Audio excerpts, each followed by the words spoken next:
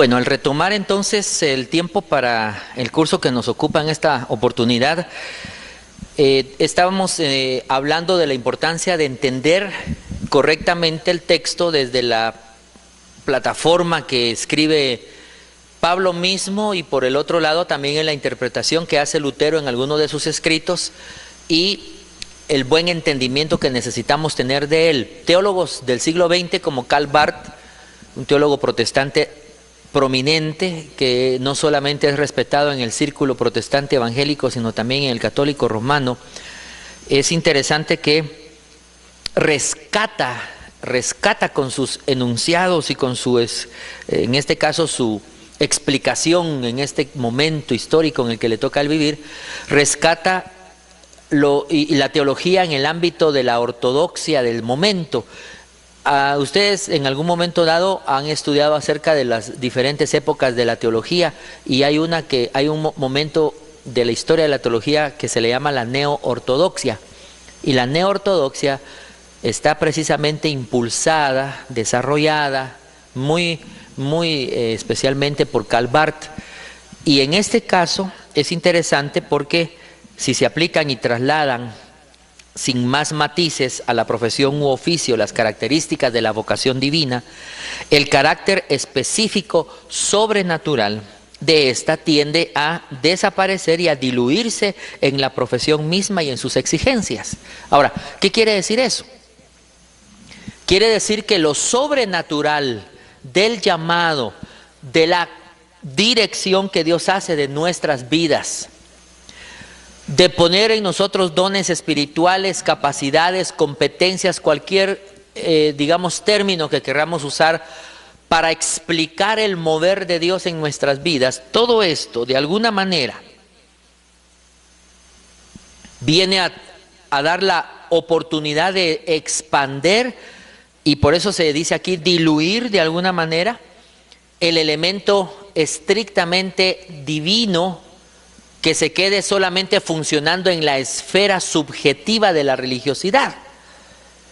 El problema que se ha tenido con las profesiones, con las vocaciones, con el mismo desempeño ministerial muchas veces es dejar solo en la dimensión subjetiva, espiritualizada del desempeño que deben tener estas actividades profesionales vocacionales. Si bien es cierto, el oficio de ministerio está orientado hacia los aspectos intraeclesiásticos, esto no quiere decir que solamente se refiere al ámbito de lo espiritual, porque desde lo eclesiástico tenemos que ir a funcionar a la cotidianidad de la vida.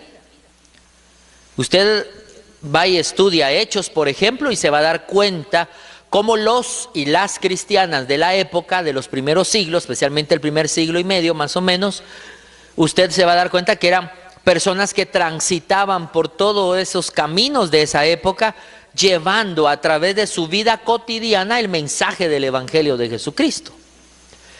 Algunos eran comerciantes y salían de un lugar hasta otro viajando por varios días, y ellos en su conducta, en su forma de hacer el comercio, en la forma en que estaban interaccionando continuamente con la sociedad, ahí trasladaban la enseñanza de la palabra de Dios. Y es por eso que tenemos que hacer este énfasis, porque las estructuras sociales, los proyectos de sociedad, las leyes inmanentes de la historia, los ideales nacionales o de clase, operativos a través de la actividad de los hombres, de las profesiones en su más amplio sentido, se subrogan ahora en la llamada de Dios. ¿Qué significa eso? Son absorbidos en la llamada que Dios nos hace. Todas las transacciones que hacemos cotidianamente en la vida, socialmente, políticamente, económicamente, religiosamente, culturalmente, que digamos encierran todas estas cosas, de alguna manera tiene que estar permeada por la identidad cristiana. La vocación y la profesión cristiana que Dios ha puesto en nuestra vida. El mismo escritor Pablo, ahí mismo o en otros contextos de sus cartas pastorales, él habla, por ejemplo, de la importancia de caminar dignamente conforme la vocación que fuimos llamados. Ese aspecto es fundamental porque nos dice que de acuerdo a la identidad que tenemos como hijos de Dios y de conformidad a esa experiencia cotidiana en la vida, de poner, de dar, de extrapolar de la vida religiosa hacia la vida social, todo lo que Dios quiere y espera en esta vida a través de los desempeños que realizamos debe ser algo que hagamos conscientemente y que debe brotar en cada uno de los miembros de las comunidades de fe en las cuales se van desenvolviendo cotidianamente.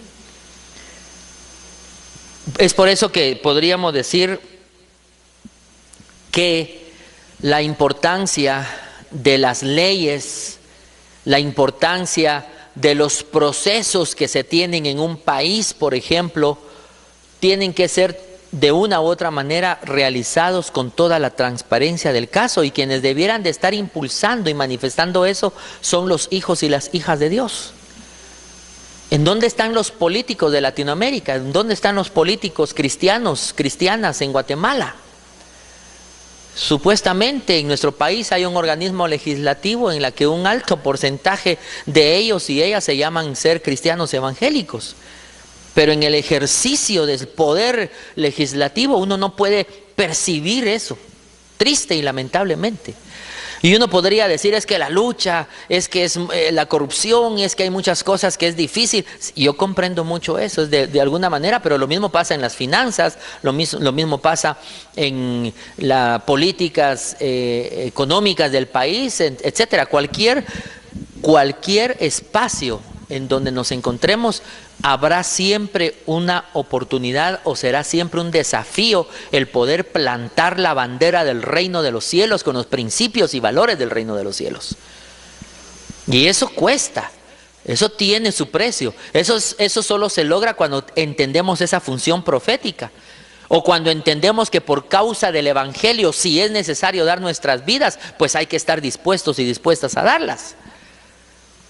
Pero muchas veces este tipo de actividades en el desempeño del poder en un estado, cualquiera que sean las tres formas de la expresión del poder, como lo tenemos aquí en Guatemala, poder legislativo, judicial o ejecutivo, va a tener los desafíos y los retos respectivos a que, pues si no se pone alineado a las cosas que se esperan, pues sencillamente lo hacen a un lado. Y también muchas veces hay personas que tendrán que subsistir de algo, ¿no? Pero yo creo que es más digno, de una u otra manera, tener alguna otra actividad con la cual usted honradamente pueda obtener su subsistencia cotidiana y no sencillamente hacerse de la vista gorda, como se dice, o taparse la vista hacia todas las cosas que no debieran de estar pasando en una nación, por ejemplo. Entonces, los cristianos y las cristianas que tienen una participación en la política, los cristianos y las cristianas que tienen participación en el ámbito financiero, los cristianos y las cristianas que tienen que ver con la medicina, con la educación en un país, tienen que permear ese escenario en el cual se encuentran. Nosotros en el ámbito del oficio ministerial también somos llamados y llamadas a marcar la pauta de hacer las cosas diferente. No somos llamados a estar imitando lo que otros y otras hacen. Estamos siendo llamados por Dios continuamente para establecer innovadoramente los desempeños de actividad ministerial que Dios quiere y espera de nuestras vidas. No estamos destinados a ser copias de otros ministerios. Somos llamados y llamadas a ser originales en nuestro desempeño ministerial. Pero necesitamos entenderlo, creerlo, apropiarnos de ello y con vocación entrarle a esa tarea que Dios ha puesto en nuestras manos. Es importante entonces que la voz trascendente se reduce a un impulso interior para el compromiso con la tarea histórica. O sea que no solamente hay algo trascendente en nuestra vocación y trabajo. Quiere decir que no solamente estamos conscientes del ojo humano que muchas veces nos está supervisando en el trabajo que hacemos. Estamos conscientes del ojo divino porque nuestro trabajo, nuestro desempeño trasciende a las esferas simplemente locales, terrenales. La palabra de Dios es muy clara y nos dice en Colosenses que todo lo que hagamos, de palabra o de hecho, debe ser realizado como para el Señor. Esa es la perspectiva paulina, que está integrada con todas las esferas de la sociedad y del mundo en el que vivimos, y en el cual, si usted analiza ese pasaje también en Colosenses, se va a dar cuenta que viene como resultado de estar llenos del Espíritu Santo. Estar llenos del Espíritu Santo significa también hacer excelentemente todo nuestro trabajo donde quiera que estemos. Aparte de que Dios también pueda expresar manifestaciones espectaculares en el ámbito de la adoración pública a Él, por supuesto que si Dios quiere hacerlo, lo hará. Pero va más allá de solo esa expresión cúltica, el estar lleno del Espíritu Santo. Estar lleno del Espíritu Santo también implica hacer bien nuestro trabajo fuera del aspecto eclesiástico, fuera del templo y fuera del momento de la adoración pública. Incluye que también estemos en esa actividad. Así que nos insertamos en el compromiso con la tarea histórica, cuyo dinamismo inmanente constituye propiamente la vocación del cristiano y de la cristiana. La palabra con que Dios le llama, le introduce al ámbito histórico. Somos ya responsables en el qué hacer, en la construcción de la historia cotidiana. Y como pueblo de Dios necesitamos redireccionar nuestras actividades en la iglesia, porque también tenemos que trascender a la actividad en la cual solamente resultamos convocándonos a nosotros y a nosotras mismas como miembros de una comunidad de fe. El mandato divino para su pueblo ahora es ir y hacer discípulos a todas las naciones. Es salir de los escenarios en donde nos encontramos. Es avanzar hacia donde Dios quiere que vayamos y que estemos avanzando, que estemos en constante y continua trayectoria, peregrinaje continuo. Hay un canto que se ha entonado por mucho tiempo en el continente, aquí mismo en Guatemala, que nos dice que la iglesia solo se detiene para predicar el evangelio. Pero la iglesia ha sido llamada y ha sido impulsada y ha sido enviada por el Espíritu de Dios, por Dios mismo, a estar en avanzada continua.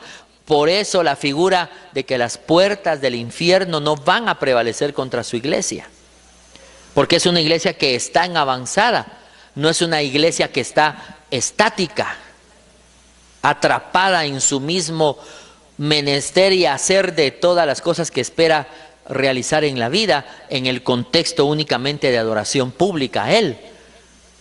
Dios quiere y espera que nosotros trascendamos a lo cúltico y vayamos a la sociedad continuamente en los ejercicios que cada uno y cada una en las comunidades de fe tenemos, y entonces se pueda, en ese caso, hacer en consecuencia una misión de carácter integral. El tema que estamos viendo hoy, este curso, es como introductorio, es preparatorio para hablar de toda una misión integral que nosotros podemos llegar a tener como pueblo de Dios. Casi que van de la mano, son cursos primos hermanos.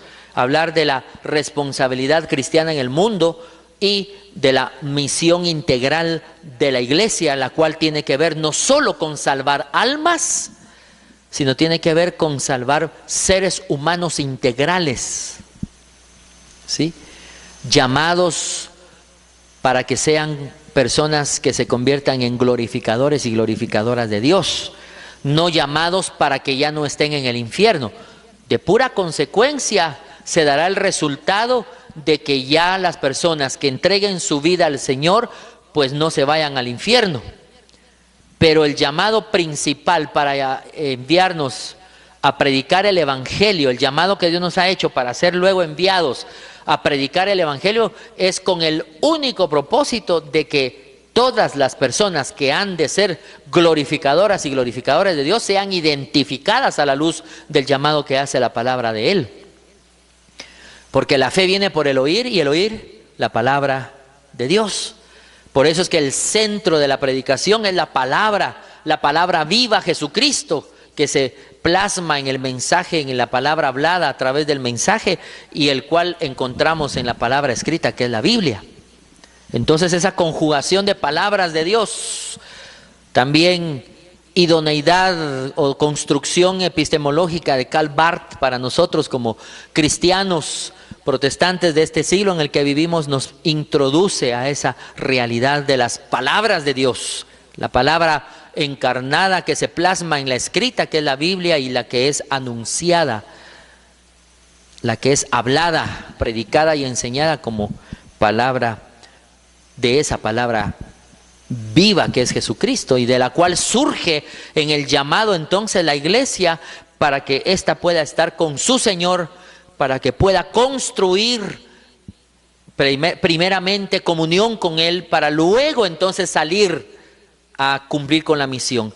Vea la importancia y la secuencia. El llamado es primeramente para estar con el Señor y luego para salir a hacer la misión. Dios no nos llamó y automáticamente nos envió. Nos llama para que primero estemos con Él, y en resultado de estar con Él vayamos a esta sociedad, vayamos al mundo y podamos entonces cumplir con esa tarea que Él ha querido poner en nuestras manos. Una tarea que Él nos ha confiado, una tarea que Él nos ha invitado a realizar dentro del marco de la diaconía, dentro del servicio como pueblo suyo. Es por eso que ya hemos mencionado también que el pueblo de Dios, la iglesia del Señor, es una comunidad que está conformada por personas que sirven primordialmente. Servimos la palabra de Dios. La diaconía de la palabra de Dios es un eje de la misión, y el otro eje es la diaconía social. La diaconía que nos introduce a la vocación de estar en este mundo, aunque no seamos del mundo, pero Dios nos ha colocado en este cosmos en el que vivimos, en esta sociedad, en este globo terráqueo en el cual estamos, y en el cual Dios nos demanda y nos pide que funcionemos para cumplir con sus propósitos. Si estamos solos o no, como muchos llaman a este tema, ¿verdad? En el ámbito de lo espacial, pues eso será otro tema en un momento dado. El punto medular es qué hacemos nosotros aquí en este momento con la responsabilidad que tenemos en la sociedad en la cual nos encontramos. Esa es en primera instancia el primer eslabón, el primer paso, el primer peldaño que tenemos que cumplir con subir hacia ese que es el de la responsabilidad, y luego la efectividad en la tarea que se tiene que realizar. La teología de la secularización de los años del Vaticano II es elocuente testimonio de la filiación luterana de esta exégesis de San Pablo, escondida al principio en el texto del Reformador y progresivamente manifestada en el pensamiento y en las praxis posteriores que hubo de la Iglesia de la post-reforma. O sea que luego de la reforma se fue pasando de lo trascendente a lo inminente en la cotidianidad. Y no solamente se pensaba en una esfera distinta, el llamado que Dios hacía a los ministros y a las ministras de sus momentos históricos en que así los fue llamando, sino que también era el involucramiento y la inserción que hacía en este caso Dios de su pueblo en la sociedad en la cual tenía que funcionar.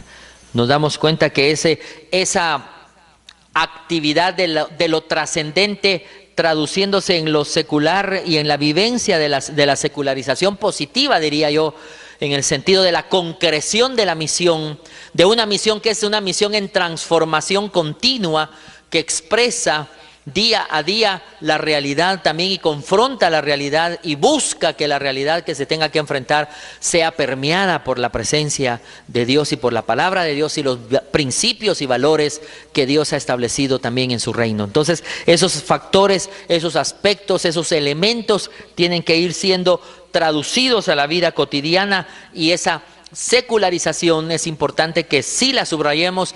Por supuesto que la diferenciemos del ámbito secular en el sentido de una secularización negativa, que es aquella que se aparta de su razón de ser, que es en este caso lo trascendente que le involucra en la realidad de reconocer que hay un Dios todopoderoso que ha dado al ser humano razón de vida, razón de ser y no solamente de existir. Y el ser implica identidad que conlleva responsabilidad con un rol o con un papel específico que se tiene que realizar. Es por eso que si no tenemos identidad, no podremos hacer las cosas que se esperan de nosotros. Lo que vamos a hacer es imitar si no tenemos identidad. Pero al conformar, al configurar una identidad en nuestras vidas, tenemos la oportunidad de entonces entrar en la efectividad de nuestras vidas. Y no nos tienen que estar empujando para hacer las cosas. Surgen vocacionalmente, surgen porque es mi naturaleza para hacer lo que tengo que hacer. La iglesia, por ejemplo, que está, o la comunidad, mejor dicho, la comunidad de fe que está inmersa en una sociedad en la que hay carencias de energía eléctrica, por ejemplo, de agua potable, de servicios elementales para que una comunidad pueda empezar a tener una salubridad y un desarrollo humano apropiado, ahí la iglesia tiene un gran ámbito de misión. Ahí la iglesia tiene que secularizar su llamado, su vocación. Eso es la secularización positiva. La secularización negativa es cuando todo se quiere hacer separado de Dios. Y todo eso ha sido todo un movimiento en el trayecto de los siglos XIX, XX y hoy no digamos en el siglo XXI en el que vivimos, ya una secularización que se ha traducido en una pérdida total de valores y principios en la sociedad que nos han llevado a la catástrofe social, moral y ética que estamos viviendo en este momento. Entonces, esa debacle en la cual nos encontramos, la iglesia está llamada a encontrarle una solución proactiva, no reactiva. El problema que hemos tenido como iglesia, cuando nos desenfocamos, cuando la iglesia pierde su conciencia de funcionar y de realizar con responsabilidad su tarea en este mundo y está desenfocada, entonces empieza a ser reaccionaria en su desempeño. Y Dios nos ha llamado no a reaccionar como iglesia, sino a tener proyectos concretos de vida a través de las comunidades de fe. Iglesias que saben hacia dónde van. Iglesias que saben hacia dónde están encaminando a la comunidad en y desde la cual realizan su tarea y su misión. Y otra vez ahí remitimos al pasaje de 1 Corintios 15:58. Las iglesias proactivas saben el plan hacia dónde van encaminados. Tienen una visión de largo plazo. Actuar estratégicamente no significa solo mirar a largo plazo. Significa tomar decisiones claves hoy en función de logros en el futuro. Porque hay gente, hay organizaciones y aún hay iglesias que creen que solo por tener una visión de largo plazo ya tienen una vida o un plan o una misión estratégica, y eso no es así. La planeación estratégica, que es una herramienta una de las herramientas que nos ofrece hoy la administración contemporánea, es una herramienta que debe ser bien utilizada en la iglesia. La planeación estratégica tiene que ver con acciones que buscan logros concretos de trascendencia en el futuro.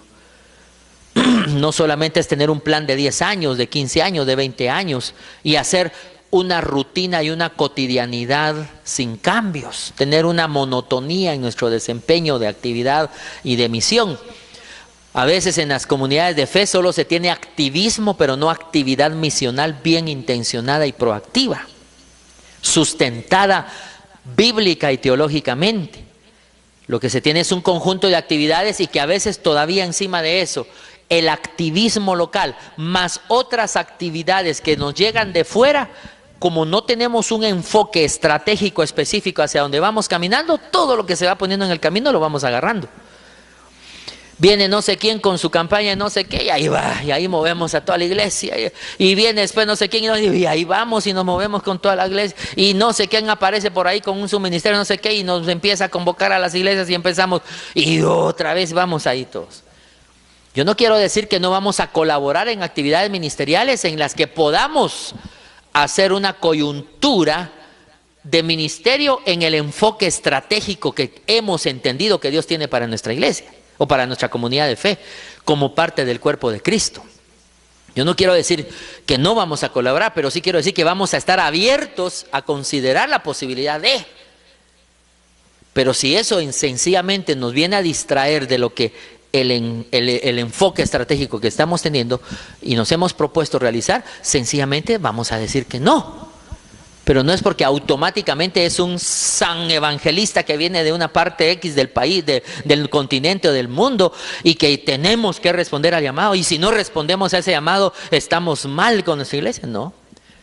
Ahora, regularmente las comunidades de fe que no tienen un plan estratégico, no tienen una acción definida estratégica, pues amén.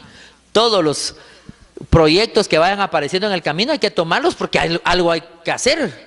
En algo hay que enfocar, en algo hay que encauzar el recurso, el talento humano que existe o hay en las comunidades de fe.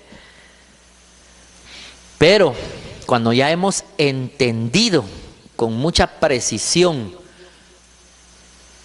que tenemos que tener logros específicos de acuerdo a la naturaleza del lugar donde Dios nos ha colocado como comunidad de fe, y en el entendido de que hay que transferir lo trascendente de mi desempeño como iglesia a lo secular de la sociedad, o sea, entendemos que en pocas palabras todo lo que vamos a hacer lo tenemos que estar haciendo en función de alcanzar los logros de la misión global y general que Dios ya nos ha dado en su palabra, y aparte lo específico que hemos entendido en el lugar donde estamos, pues va a valer la pena encauzar todos los recursos, fuerzas y energías en ese aspecto. Así que es interesante que en la praxis actual de la iglesia somos llamados y llamadas a especificar nuestro desempeño de tal manera que podamos lograr, que podamos concretar, que podamos alcanzar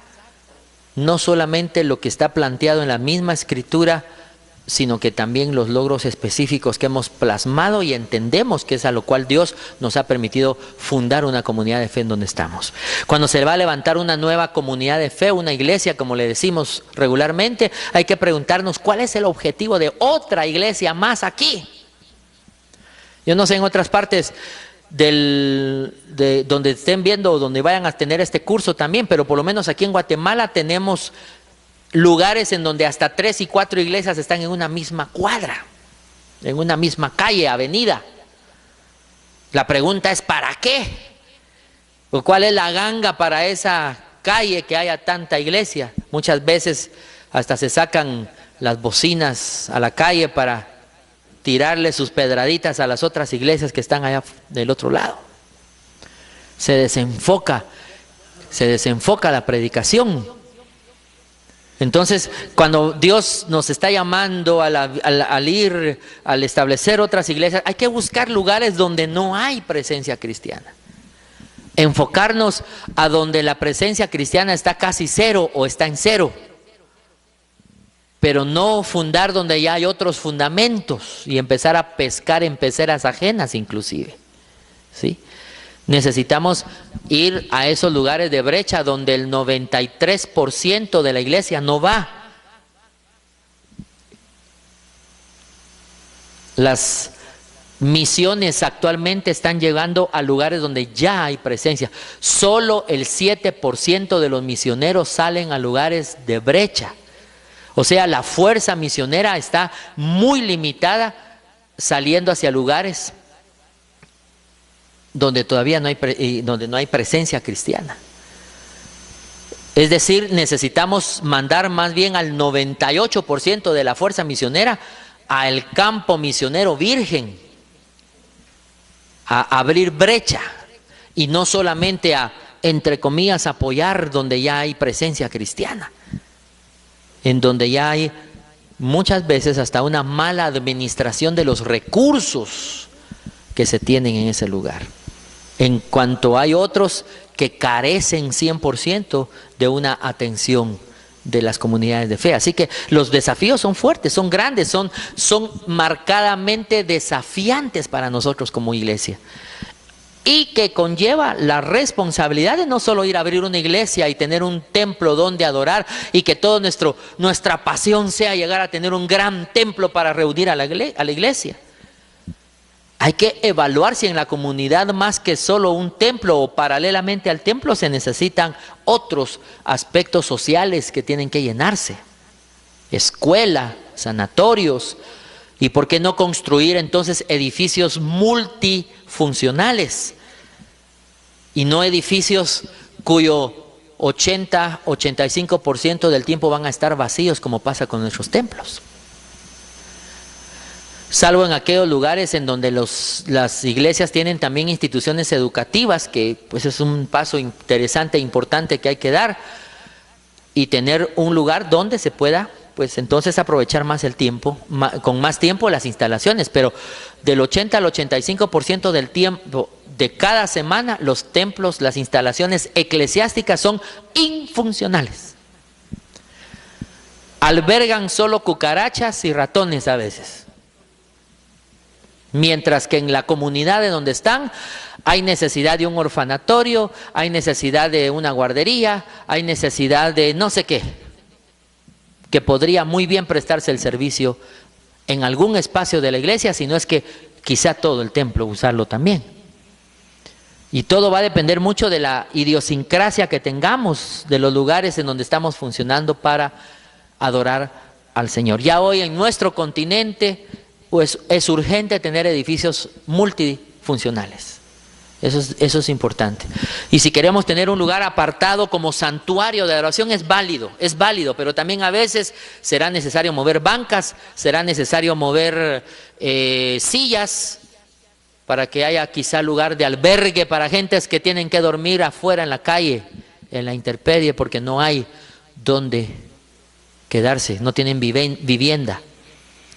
Claro que eso implica otras cosas, implica otras actividades organizativas dentro de la misma comunidad de fe, gente que quiera colaborar en atender a estas personas, tener un comedor comunitario, ¿verdad? No de los que pues ahora hay tantos aquí en Guatemala o algunos que están fundando políticamente, ¿verdad? Que me reservo el nombre, pero sí tener lugares donde la comunidad pueda sentirse acogida. ¿Por qué no pensar en bibliotecas en nuestras iglesias, por ejemplo, en la comunidad?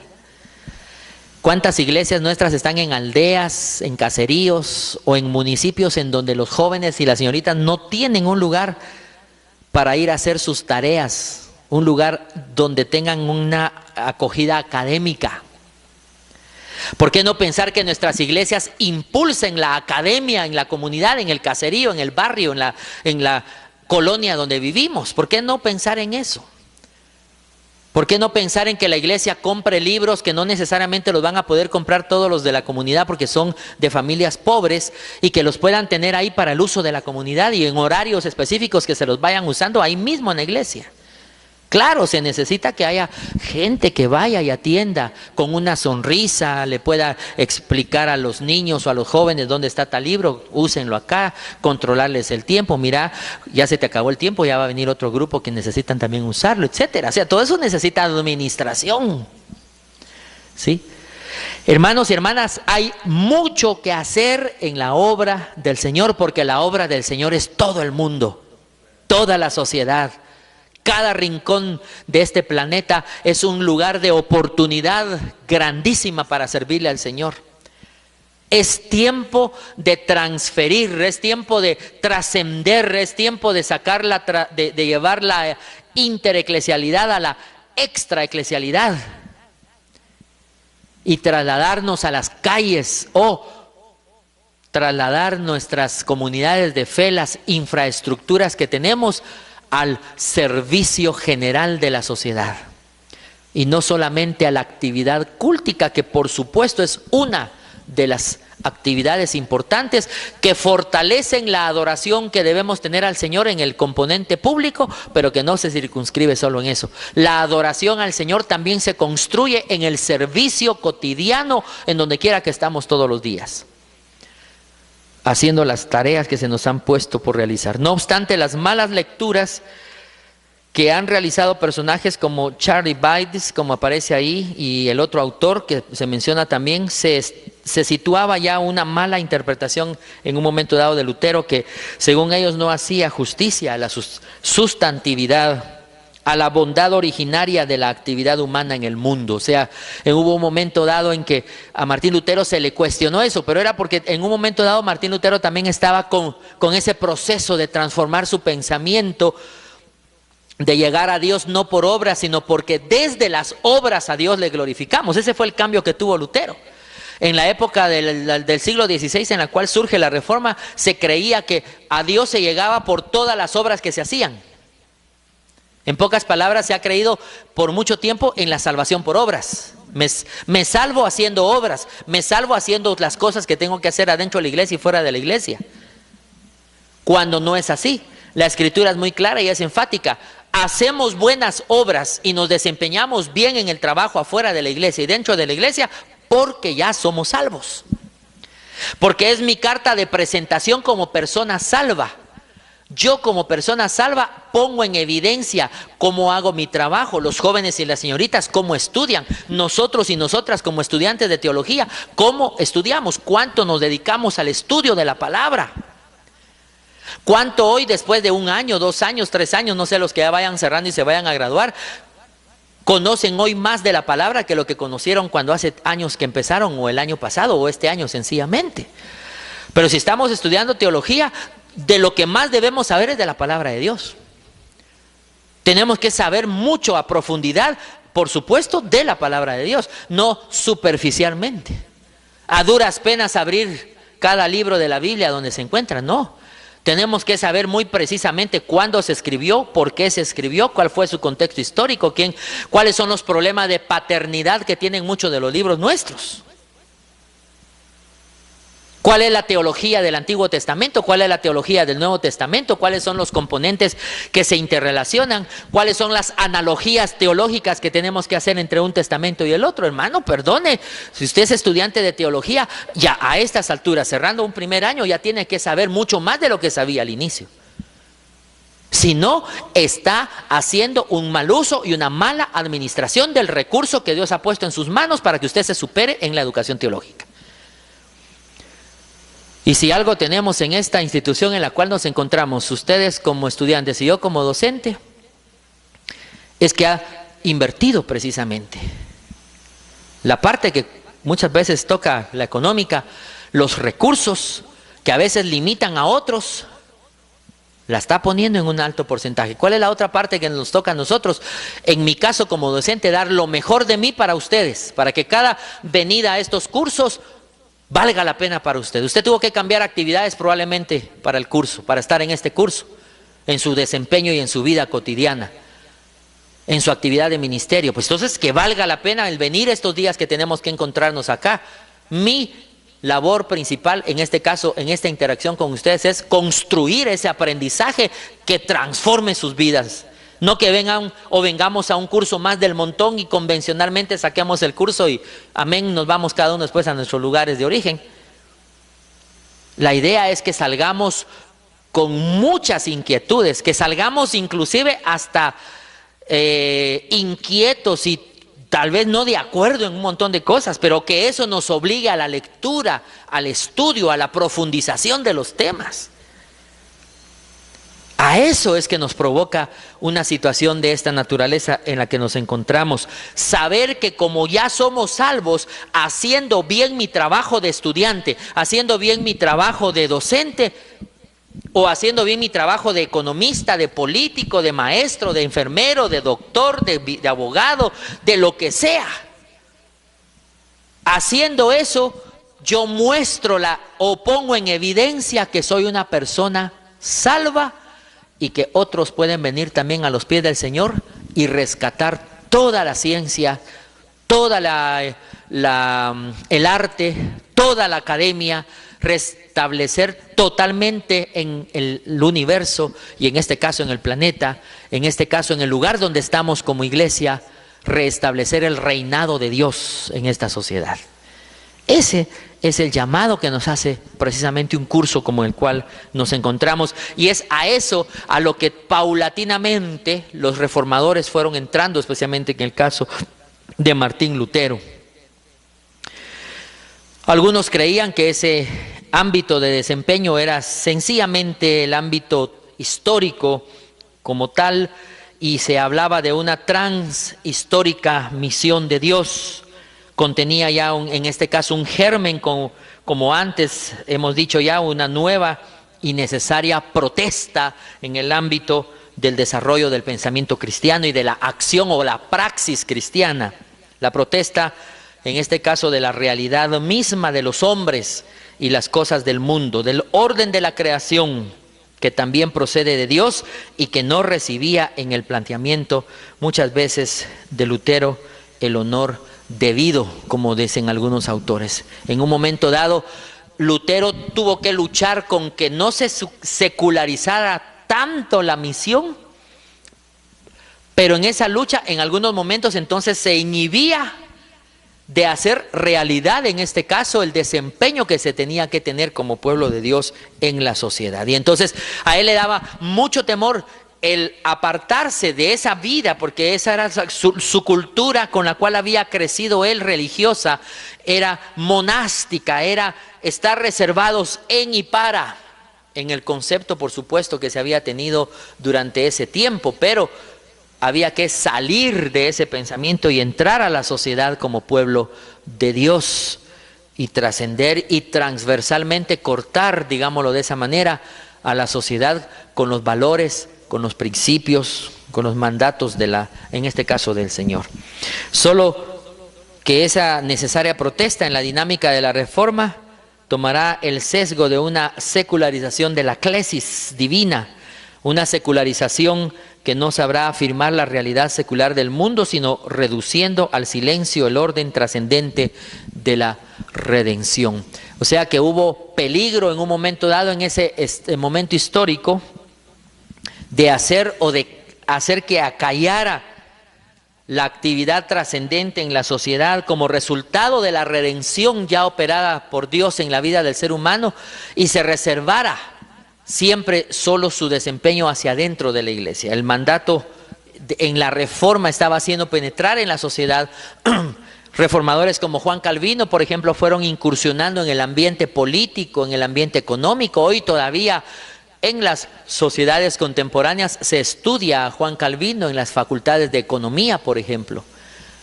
Cómo influyó él con su pensamiento y su explicación teológica en el ámbito de la economía, cómo los sistemas de producción del mundo fueron afectados también por el pensamiento calvinista en un momento dado.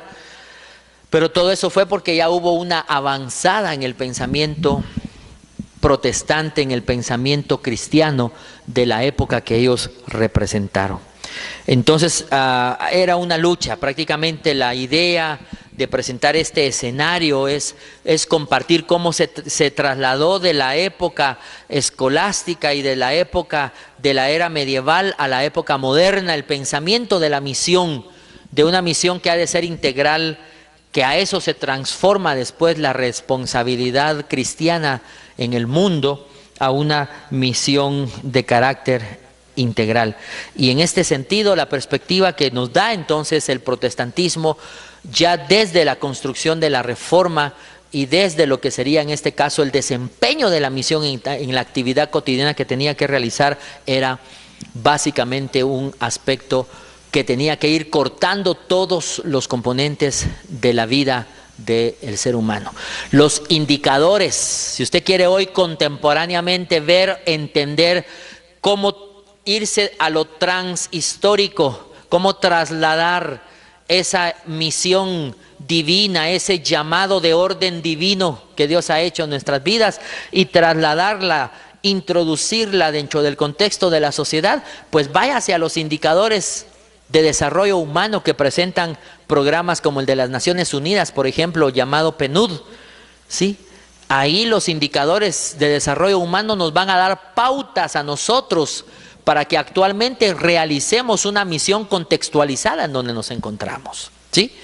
Es importante que subrayemos ese aspecto, porque cualquiera podría decir hoy, bueno, ya se nos ha estado enfatizando el qué hay que hacer, ahora, ¿cómo hacerlo? ¿Sí?